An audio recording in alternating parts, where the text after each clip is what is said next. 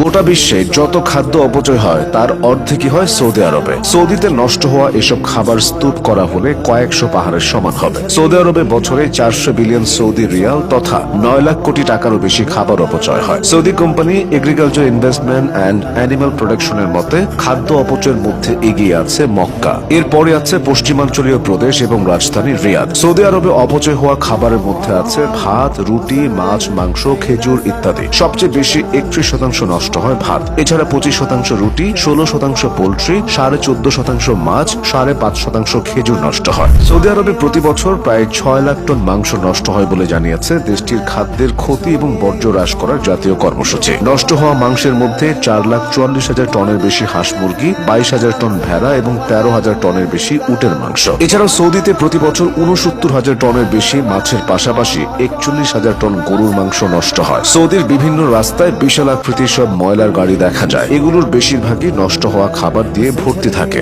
মাংস অপচয়ের অন্যতম কারণ হলো প্রচুর পরিমাণে খাবার কেনা, অফারের অপব্যবহার করা এবং প্রয়োজনের চেয়ে বেশি পরিমাণে খাবার তৈরি করা। ধর্মীয় অনুষ্ঠান ও পার্টির কারণে সৌদিতে বেশি খাবার নষ্ট হয়। রমজান, ঈদ ও বিয়ে এই 3 উপলক্ষে তারা অবিবেচকের মতো খাবার ফেলে রাখে, যার শেষ ঠিকানা ডাস্টবিন। সৌদি আরবে প্রচুর খাদ্য অপচয় হলেও তাদের প্রতিবেশী দেশ ইয়েমেনে বছরের পর বছর ধরে নানা সংকটে বহু মানুষ খাবার না পেয়ে প্রাণ হারাচ্ছে। ওয়ার্ল্ড ফুড প্রোগ্রামের তথ্য মতে আগামীতে ইয়েমেনের দুর্ভিক্ষ পীড়িত মানুষের সংখ্যা আরো